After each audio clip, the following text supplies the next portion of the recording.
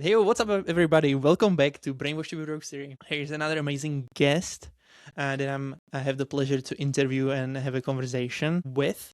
She is a master psychic and business strategist. This is going to be really interesting conversation because the way that we had a conversation a little bit before jumping into interview, and the things that she explained and how she what a human is even possible to do is really interesting because I haven't get that much across with people doing something like what she explained. So this is going to be really interesting because I love digging deep into this type of topics and so on, and help other people to figure out the different ways how we can change our lives and how we can literally manage the thoughts that we've been, and also like what programming we've been uh basically like shaped into us, so we can so we are the sheeps that literally follow the path of somebody else set it up for us. So but without further ado, I'm super pumped to have her here. Welcome to the show, Carrie Cardozo. Thank you. Thank you so much. I'm excited to be here. This is That's something I'm awesome. really passionate about. So, yeah. Thank you so much. Yeah, I'm really pumped to have you here, and it's gonna be 45 minutes or so, super fun conversation. Let's dive right in, and let's start.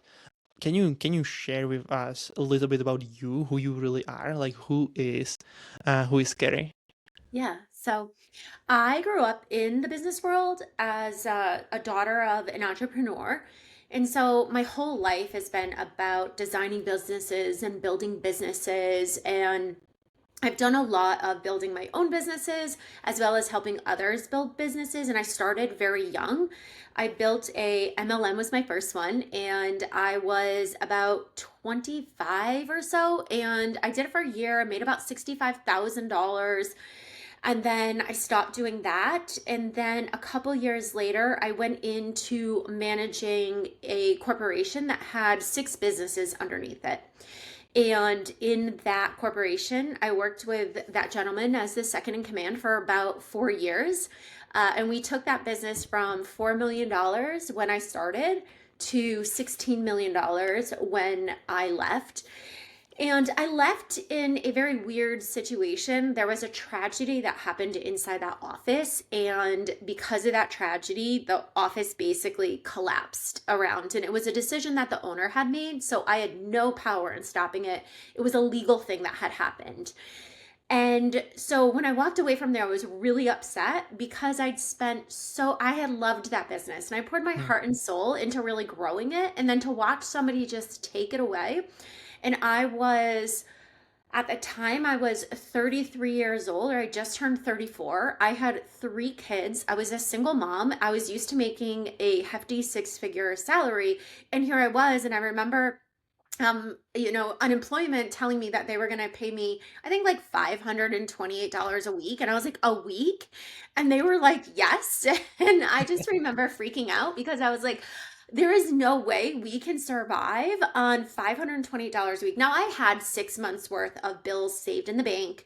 I had probably $100,000 available of credit on cards and stuff because I didn't have any debt.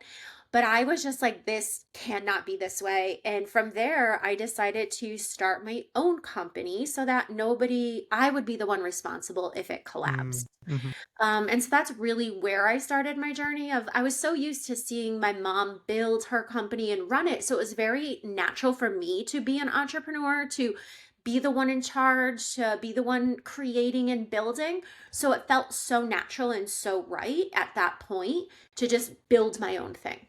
Yeah, most of the people, going and jumping into the businesses because they just want to build something that is its own, right? But most of them actually ended up with another job type of thing. I remember that you've been literally talking about like multiple businesses that you have been experiencing, like growing and so on, and that you are big on like building businesses is actually run without you, which is like yes, 100%. Yes. Right? Yeah. Because it's so important. Even though like the beginning of the business is most of the time really like it's you just trying to get something to work, so you not really care about if it's scalable or not, and like if it's actually your effort or not, but people skip, like, get stuck in that cycle, right? So Yeah.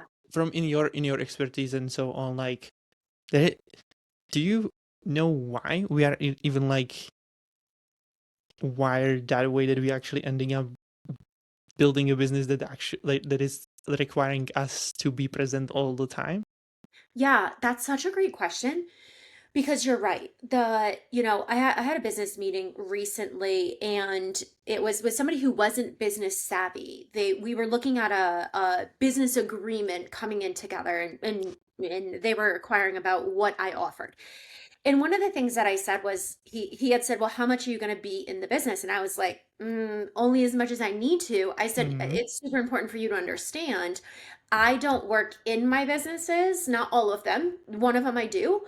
I work on my businesses. So I run them. I don't work in them every day." I said, Mm-hmm. "Otherwise, if each of my businesses needed me in it 24/7, I would only be able to do one, or Mm-hmm. I would be able to do two haphazardly.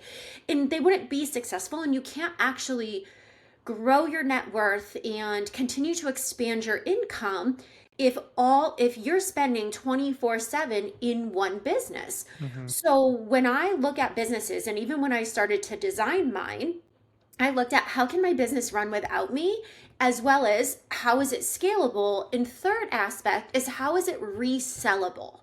And what Mm-hmm. happens is that when we start businesses, we start, most of the time people start something that's really close to their heart. They're like, "I'm good at this, therefore I'm going to monetize it." Like, I have a child who started a business because I'm an entrepreneur. I've been one my kids' whole life. So one of them started a business, and her business, to the point that it's at right now, would not exist if she weren't in it, because she's an artist. So she has to paint Mm-hmm. in order to sell it. That's a lot of what people do when they start businesses, is they say, "Okay, I'm really good at this and I'm going to monetize it. But Mm-hmm. I am the one that's actually creating it."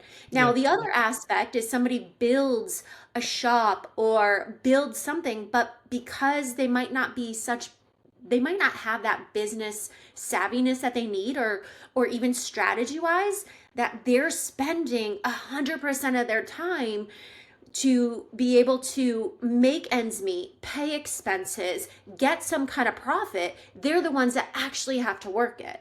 Mm-hmm. Where if you had a bit of a business sense, or worked with somebody who has a business sense, you could see how to actually make it scalable, or Mm-hmm. make it run without you in it. And Yes. Yep. ultimately, we start businesses. I know I did.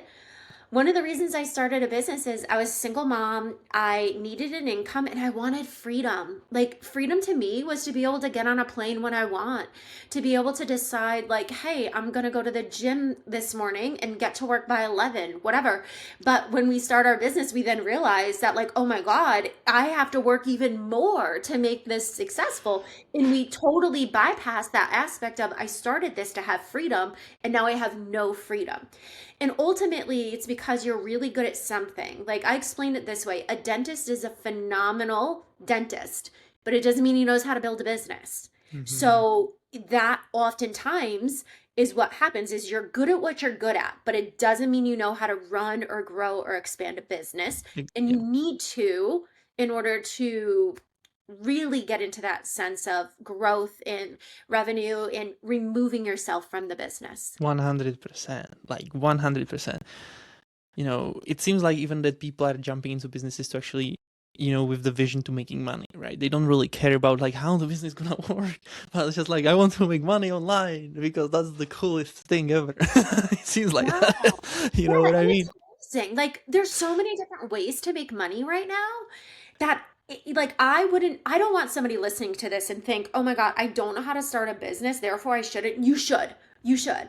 But then also make sure you do your due diligence to really understand, with the business that you have, how can you make it, how can you scale it, and how can you make more money with less of your time in the business.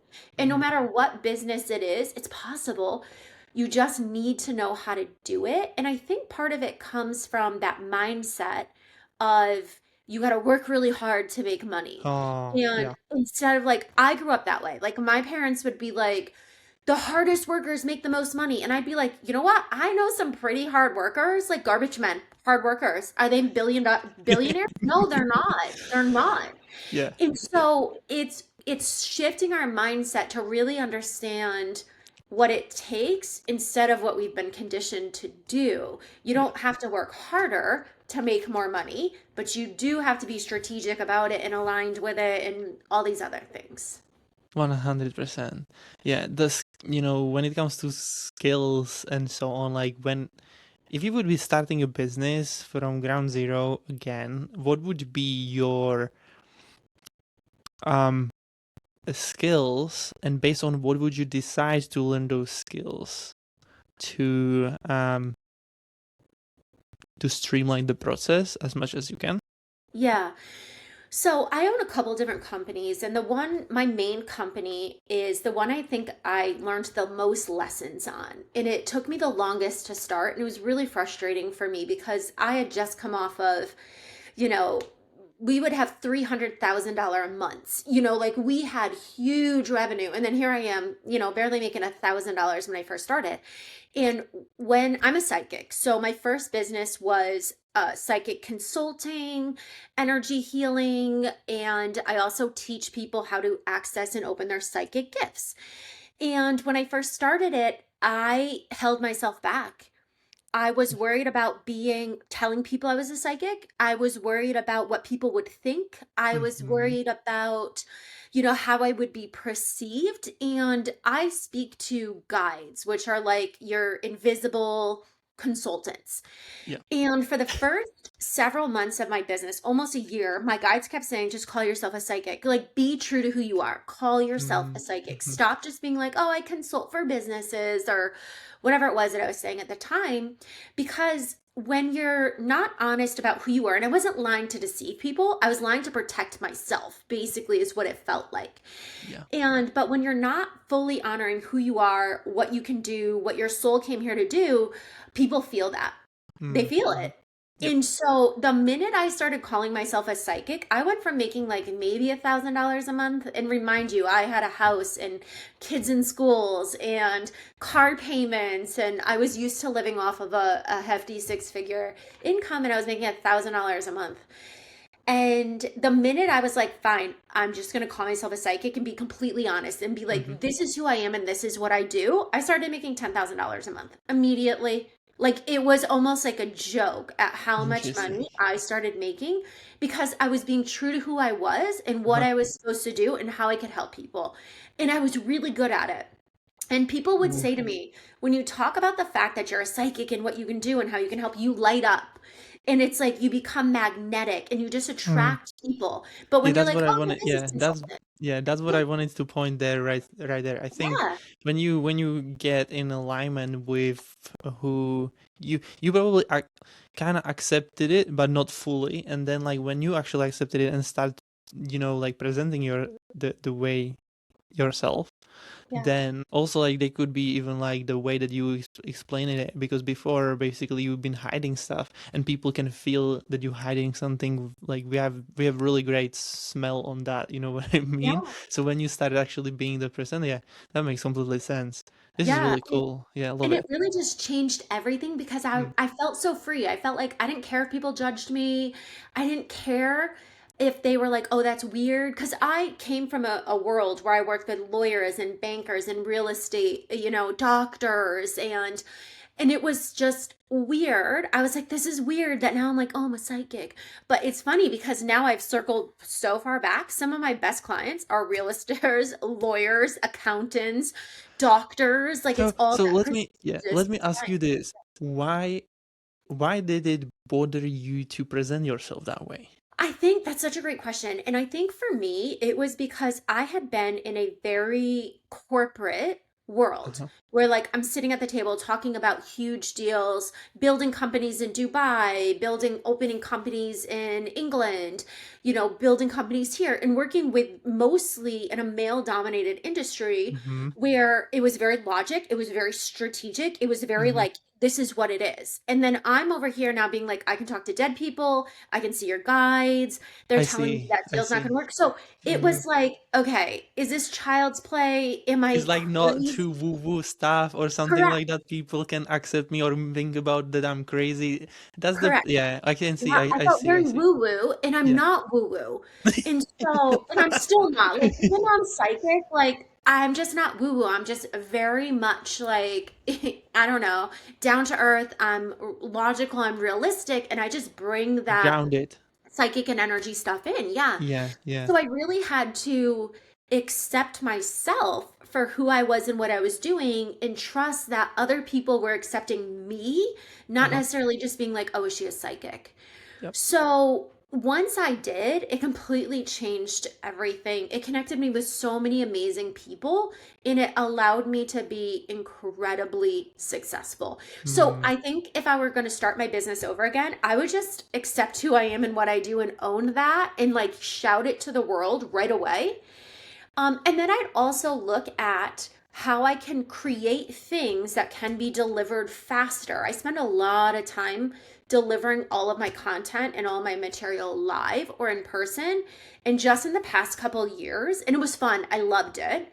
But in the past couple years with this business, I have automated so much, self study so much, and really look at how I can take my skills and my expertise and make them more available to more amount of people and reserve that one-on-one time for my high-end clients Mm-hmm. so that I have more freedom in order to build these other businesses. Mm. So, and I think being very looking at the energetics, understanding how it can expand, implementing that into strategy, and looking at long-term goals and understanding what Mm-hmm. those long-term goals are and what you have to do on the back end in order to achieve those long-term goals. Mm. Okay. So, when it, okay, so let me think this through.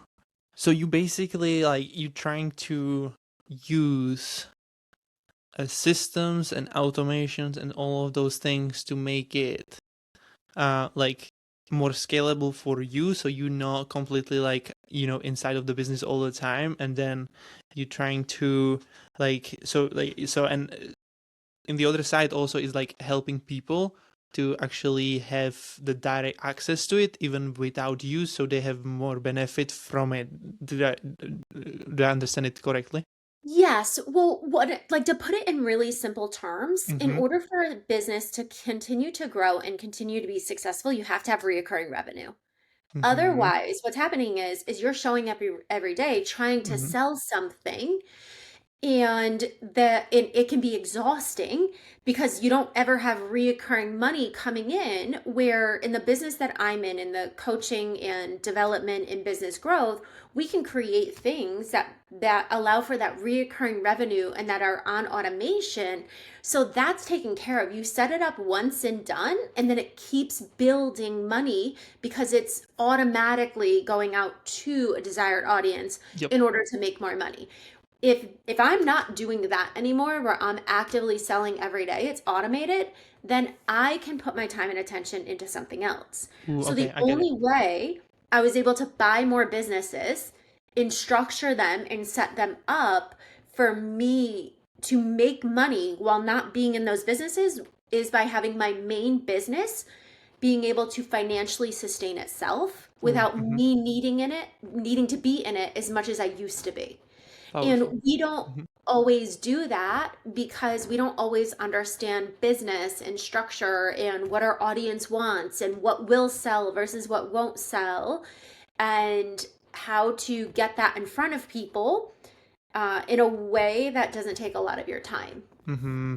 Do you use also like when it comes to your fulfillment side of it, and like do you use even like are you automating some stuff into your fulfillment also? Because like I think there is like when it comes to fulfillment, that is the biggest breakdown moment, Mhm. breakdown anyway, breakdown moment when it comes to most of the businesses, because then they as we talk about, like people attempt to build businesses on them, right? And then there is nothing that they can automate or outsource or so on. Do you have some type of way of even like automated the fulfillment side of thing, that you are literally like having it more like structured or so on? Just so I'm Yeah, just so curious. yeah, for my psychic development and consulting business, it's all automated. So Interesting. Okay. when I have high-end clients and they're paying for my time, like they want a consult or they want to be like a VIP client of mine or attend a retreat, that's not automated. That Hmm. is, we set a time, I show up and I do that. Yes. But I Yes. have memberships, self-study programs, all of that stuff is automated. So they Interesting. pay, it's delivered. I don't even have to look at it. It has nothing to do with my time once we set it up for to Interesting. start. Okay. Yeah, Powerful. so Really. it's Okay. it's automated. Very cool. All right. So now let's go a little bit into your journey when you start learning about the psyche and so on. Like, how did you get into even into that? Because this is really interesting. Like, this is not a typical topic, like, or a skill that you would literally like search for. Most of the people like searching for like how to make money online, right, and so on, and you just literally went into completely different direction than most of the people, which is really interesting to me, right? Because like I'm this type of person. I believe 100% that, like, when it comes to be to have become the person and so on, like it's so important to be able to do certain things, right? And that's the biggest, like one of the biggest problems out there with entrepreneurs, that they can't handle themselves, right? Because it's like they are too tied to what people think about me, or if I do something wrong, or this is too risky, and this, like, so many word, like, um just words that they heard from somebody else, or somebody else, yeah, just programmed them that way. So how did you get into that, and how, like, yeah, it's just really interesting to me, like, to even understand where did that, like, where did you find the interest in this type of thing? So yeah. Yeah. So back around the time when the business that I was working for collapsed around us, I also had a personal tragedy. My fiance passed away and unexpectedly. And in that moment, it was like sometimes I don't necessarily call it this, but this is how people will relate to it. It's like the dark night of the soul, where like Hmm. your whole world is torn apart. It was like driving 100 miles an hour hitting a brick wall. That's literally what my life was like. Yeah. And in his passing, I had so many questions about life. I wasn't okay with the fact that he died and then just disappeared. So for Hmm. the first time in my life, I had a lot of questions about existence and our souls and what happened. And so very, very quickly, I entered into this journey to understand. Well, during that process, I realized even a couple months leading up to it that weird things were happening and that they didn't happen to other people. So my entire life, I have seen what's going to happen. I saw his death before it happened. I'd seen so many things in my life. I got pregnant at a very early age. I was 19 with my first child. I had seen that happening. When I was very young, when I was about 7 years old, I'd seen it happening. I got out of the limo at my wedding and I saw that I was going to get divorced from my children's dad. And so I mentioned this to one of my friends and I said, I don't know why I'm so upset about what happens in life or hard on myself because we see what's going to happen in our life. And my Mm. friend was like, what? And I was like, yeah, we get to see our future. We've already seen everything that's going to happen in our life. And she was like, no, we don't. What are you talking about? And I was like, you haven't seen all the major things that happen in your life? And she was like, no. And I was like, well, I have. And so it was starting to get in my head that like I'm not normal. Like this isn't normal that I see. I'm seeing Hmm. things that people aren't seeing. But because I had always seen it, it felt normal to me. I thought everybody saw the things that I saw. So in the process of my fiance passing, I realized that I was psychic, that I could see things that people couldn't see. I could understand things.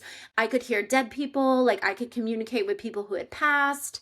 And so that sent me on this really deep spiritual soul journey to really understand what was going on and to master my gifts. And Mm-hmm. one of the things that I learned, and this is just an ingrained belief, like I had always believed this, I just didn't have the words or the proof to back it up. And then after I became psychic, I did, is that we are very unique souls. Every single person is a unique soul.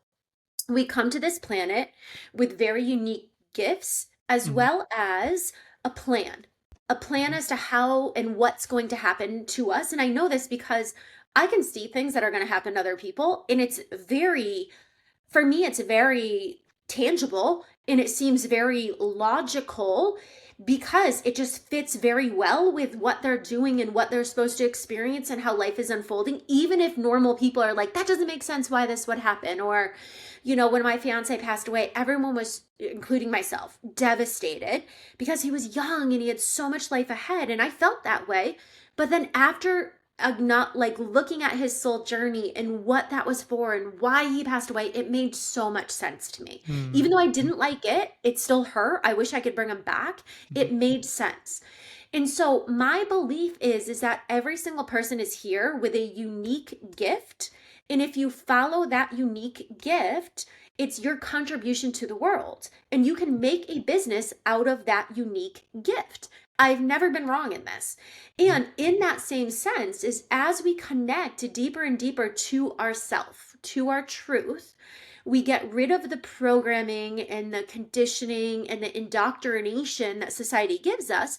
We start to really understand ourselves and we start to open up our connection to energy. So people will often say to me, I'm following my soul. My soul told me to do this. A lot of people say that. Like, my soul wants to do this. Well, your soul is energy. It's just Mm-hmm. energy. That's what it is. Yep. It's an energy inside of you. So if you can communicate with your soul, you have psychic gifts because you're communicating with energy. Otherwise, you're not actually communicating with your soul. It's your human desires, it's your opinions and beliefs, it's your thoughts. Mm-hmm. But that's not true. We can eventually connect back to our soul. Well, if you can connect to your soul on an energetic basis, you can also connect to anything in the energy world. You just need to know how to tune in. So that's what I teach people is how to connect to their soul, but also connect to anything in life that's energetics. Mm-hmm. That's how I get the information that I do is I'm very tuned into energy. So energy exists all around us and we can connect. So when you're tuned in, you know what you're here to do. Mm-hmm. So it does frustrate me sometimes when I see people selling, like, you want to make $1 million online, do this. Because although it worked for them, or steal my swipe files and learn how to get the most customers, but those don't work for most people because of the fact that it's not their message, it's not their energy, it's not what their soul's supposed to do. Mm-hmm. If you do what your soul is here to do, that's when you can make the thing that you're doing and the thing that you're here to do incredibly successful. Like I Mm-hmm. shared, my youngest child is here. She's incredibly artistic. Incredibly. I know artists who are 30, 40, 50, been doing this for years and struggling. She has a wait list for paintings that she has commissioned for people that she gets paid $500, $1,000 to paint. And she's 20 years old. She literally gets to do everything that she wants to do. She just paints all day. We tease her that she does arts and crafts all day. And she gets paid to do it. And she's more successful at it she's not more talented. She's super talented, Mm-hmm. amazing. But she's more successful because she knows, no, this is what I'm supposed to do and I want to do and I trust it and I'm building a business around it. I have Mm-hmm. another child who's a gamer. And as a kid, I used to say to him, you need to do your homework because it's not like you're going to make money gaming. And he would say to me, yes, I am. I'm going to be a gamer. And he is. He makes money gaming. That's what he does. And so I truly believe, and I've always said that to my children. You can make a business out of anything. I can show you how to make a business out of anything. You have to figure out what you're here to do and what you want to do. And Mm-hmm. then we can make a business out of it. My third child is in med school. She is here to be a doctor for sure. And then she'll build her business around being a doctor. So I share this because every single person has something that their soul wants to share with the world. And if they would just listen to that instead of saying, I'm supposed to be, a realtor because my dad, everybody in my family's been a realtor, everybody in my family's been a farmer, and everyone in my family's been a doctor or whatever. Those are amazing professions. We need all of them. But if it's not in your alignment to do it, then you're going to feel disconnected. It's going to not bring you the fulfillment, and it might not also. True success isn't necessarily money, it's how you feel and being Mm-hmm. fulfilled and having that freedom, which then brings a ridiculous amount of money. Yep. But that's ultimately what we're looking for, is that freedom and fulfillment and feeling accomplished, and then letting the other things fall into place as well. Very interesting. Okay, so I understand that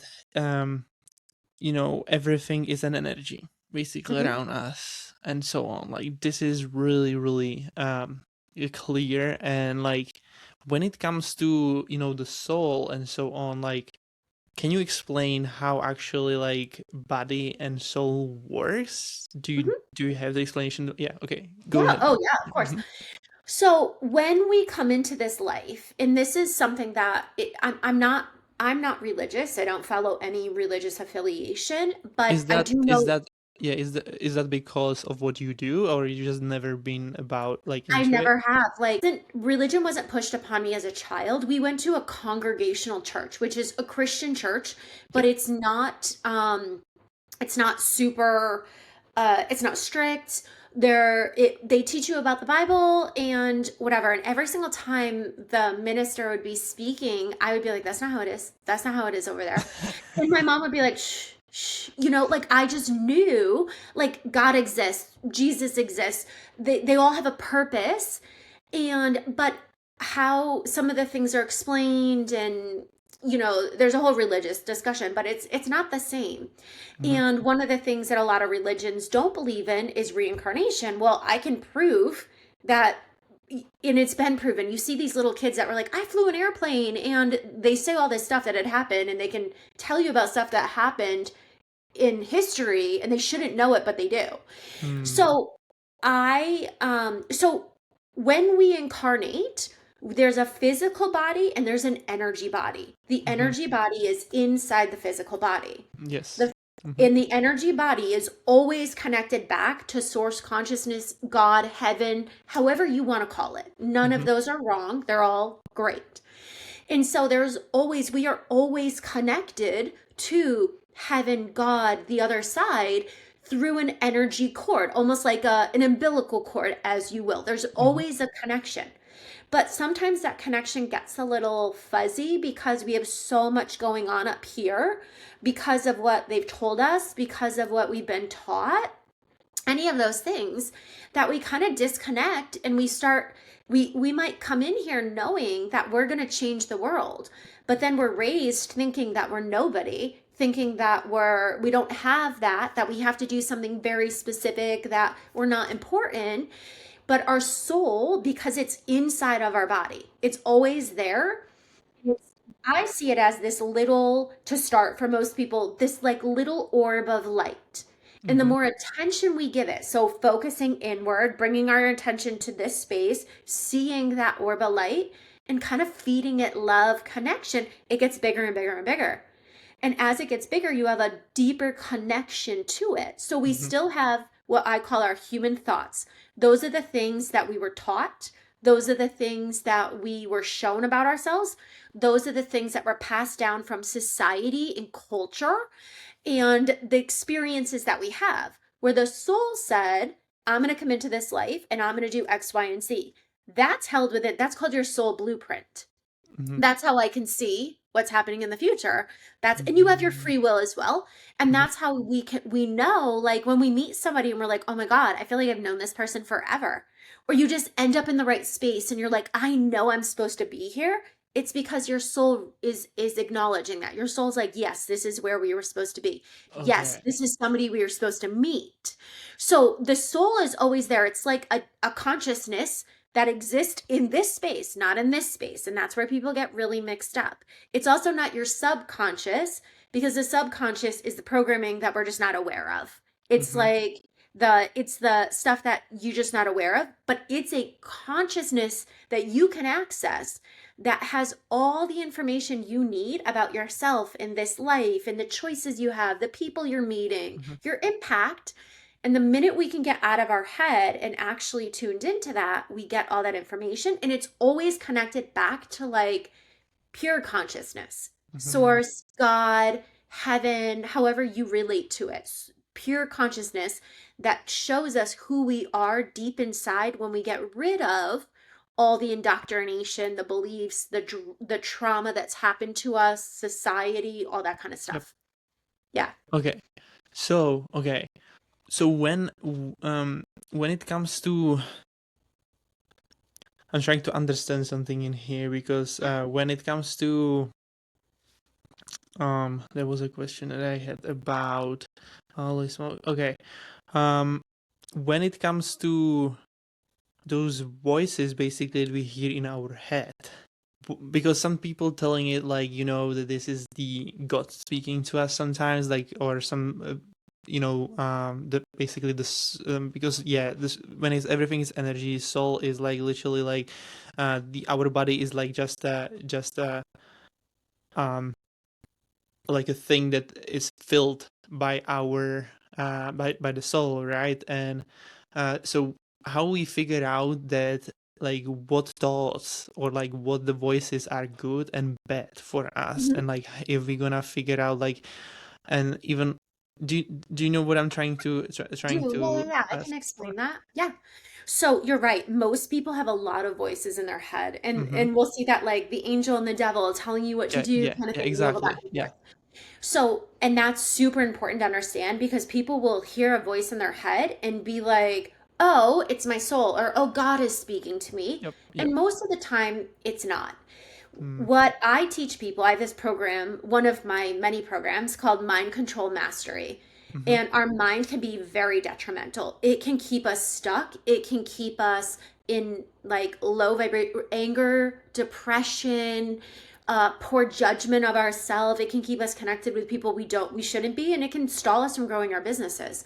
So I have a program that's developed to help you understand the different aspects of your brain. There's an emotional aspect, there's an ego or a Mm-hmm. fear-based aspect, Mm-hmm. there's like an indoctrination, there's knowledge, which is what you learn Mm-hmm. through people teaching you in school. There's also things that you have perceived. So, um, if you get in trouble a lot as a kid, you may perceive that you're a bad person. But everybody else around you might be like, no, you're a great person. But you Mm-hmm. have perceived I'm a bad person because you learned that through your experiences. So Mm-hmm. it's your perception of experiences. All this stuff is going on in your head. Plus your wants and your desires and all this stuff. None of those are your soul. None of those is God talking to you. None of those are your guides. Nothing. It's you. Mm-hmm. And so your first order of business is to understand what each of those voices sound like, where they come from. They'll also initiate, like, you'll always hear, for the most part, negative talk, like in one area. When Yeah. you are thinking about something or trying to remember something like a memory, it'll pop up in another area. So I teach my clients to get really familiar with their brain, to they understand, because when you communicate with your soul, it's like a blossoming from here, Mm-hmm. your chest, not your head. When God speaks to you, it is like this influx of energy that this information pops up. Mm-hmm. So our soul or divine guidance will never be a progression of thought. It will Mm-hmm. never be, this is such a great conversation. Oh my God, we have a lot of things alike. Oh my God, we speak about the same. God just told me we should speak on the same stage. That's a progression of thought of a human information. That's Yeah. not Yeah. soul. That's not God, nothing. It would be something along the lines of just literally popping out of nowhere, not sounding like you, and it'll have a very specific feel to it, and it'll originate from somewhere other than any of your human-based Mm-hmm. thoughts. So we pay attention to those things, and it's really about sitting with yourself and paying attention to the voices and the sounds within Mm-hmm. inside of your head, so you really understand what those are and where they're originating from. They'll have a different frequency Yep. and a different tone to them, I guess is a great way to explain it, a different Ooh, tone okay. than your soul or God. When it comes to frequency, Yeah. is it possible that different objects are having different frequencies when it comes Everything to has a different frequency. Yeah. okay, interesting. Yeah, even so, like you've seen those frequency machines that are like, oh, this is 150 hertz, this is Hmm. 175, whatever. So every single thing has a very unique frequency, the same way language does. So Even energy is humans, when even even like when we humans are do. yeah, Oh okay. yeah. So somebody can say to me, I met this guy. They don't have to tell me his name, his birth. They don't even have to tell me if it's a boy or girl. They could say, I met this person. I can tell them, man or female, what they're like, if they're good for them, their personality, their traits, things they might experience, feel. I can even go as deep as to tell you their traumas and what's going to happen for them Yep. because every person vibrates a frequency that has all that information in it, all of it. It's like a language and it doesn't lie. So Is like it if you read, stable? Like the yeah, vibrations are they stable all the time the same, or can they be changed based on how you no, they change. feel, or like what like how you know hold yourself? What is your like thoughts going on, and like how if you believe or trust in yourself and so on? Yeah, they're always changing. So Okay. if you had a bad dream and you woke up like super anxious, Mm-hmm. it'll be in your energy that you're very anxious. Mm-hmm. If you are really grounded, we'll see it. If you're struggling with something, if you're sick, I can see it. I can see what people illnesses, diseases, stuff that they have in their energy. So it's always every like the word love has a very love energy has a very specific frequency, just like the word Mm-hmm. love, at least in English, is always Love. It's always Love. That's always going to be love when Mm-hmm. you read it. When you connect to the frequency of love, it will always feel the same. Mm-hmm. So you, in order to read energy, you understand how what those frequencies feel like, look like, sound like, that kind of Mm-hmm. thing. Yeah.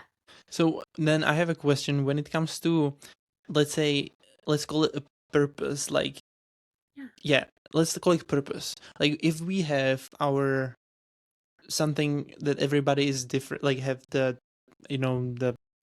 um, what is it called? Like a purpose, or like they have the different type of skills that they are they are really good at it, Yeah. at them or so on. How we figure out, like how we can figure out what is actually like the the way that we decide to go with, so we are in alignment with the energy and so on. Do you know what I'm trying to say, like Yeah. what I'm trying to bring? Okay, so Yeah. can we talk about that, how we can figure out what is like what is the best, like the right and wrong decision when it comes to like the things that we're supposed to do, so it's in alignment of who we are, for example, so we are not like going to the wrong direction and causing us to be in alignment and so on. Yeah. So even if the really good thing is that even if you can't hear your soul, Uh-huh. you're always communicating with it if you slow yourself down and give yourself permission because the body will always respond to the soul first versus the logical mind. Mm-hmm. So if you're doing something that's you shouldn't be doing, your body will feel it and it'll feel heavy and dense and you might feel a little bit anxious. But most people push through that because a common thing that people say is just push through it, like you're just insecure, whatever it is. So if you're trying to figure out what you're supposed to be doing, as long as you tune into your soul and tune in deep within inside yourself, you're going to get this expansive, reassuring, truth feeling when you think about something. And most people will say, like, I knew I wasn't supposed to do that, but I really felt like my parents wanted me to, or society was asking me to. So if we get out of our head and just really like get in touch deep, our soul is always there to kind of direct us, even if you can't hear it saying, don't do that, do this instead. It's always communicating with us. And so it has that information as long as you're tuned in. And every single now, the really cool thing is about life is that your soul chooses kind of like your purpose. And your purpose Mm, isn't doesn't have to be super specific. It doesn't have to be like you are going to be a third grade teacher in Italy and you're going to do this, okay? It can mhm, be you're a teacher. It can be you're a healer. It can mhm. be you're here to spread consciousness. You're here to disrupt the norm, something like that. There's all different views of what that looks like per person. So your soul decides that when it comes over, so it already knows. And Mhm. part of your life experiences are conditioning you toward that. The things that happen in your life uncontrollable to you. They're Yep. pre-planned, predestined. But because you're in a human existence, you have your free will. So you can say yes or you can say no to something. Somebody can offer you the chance of a lifetime and you can say no because you're too afraid or because it's not the right thing to do or because society said no. So like when my kids were little, I can remember my youngest coming home and she was very upset. My kids have always been very honest with my kids. I didn't finish school, college. I started my own business. I went against the grain, all this kind of stuff. And so when my youngest was in middle school, she came home one day and she was like, "My teacher said I won't make anything of myself if I don't go to college." It's a very common middle class American thing is you must go to college to be successful. Mhm. And my youngest, who my kids listen to me a lot, and my kids were like, "But you're successful and you didn't go to college." And I said that, and my teacher was like, "No, that's not true." And so, and she must have heard me in a conversation because I had it didn't say this directly to my child, but she said, I even said, "My mom makes more money than you in 1 month than you make all year, and she didn't go to college, so I don't need to go to college." And I got an email from the teacher. But I said to the teacher, "I don't understand why we're teaching children that they have to go to college to be successful. In reality, you shouldn't be going to college in this day and age unless it's for a specific skill that you need a degree for, because college is putting people in two, three, $400,000 debt that they will never get out of. And most of them don't even use the degree. And so our souls will know that. And from a very early age, it was very clear that two of my children were not supposed to go to college. They didn't need it.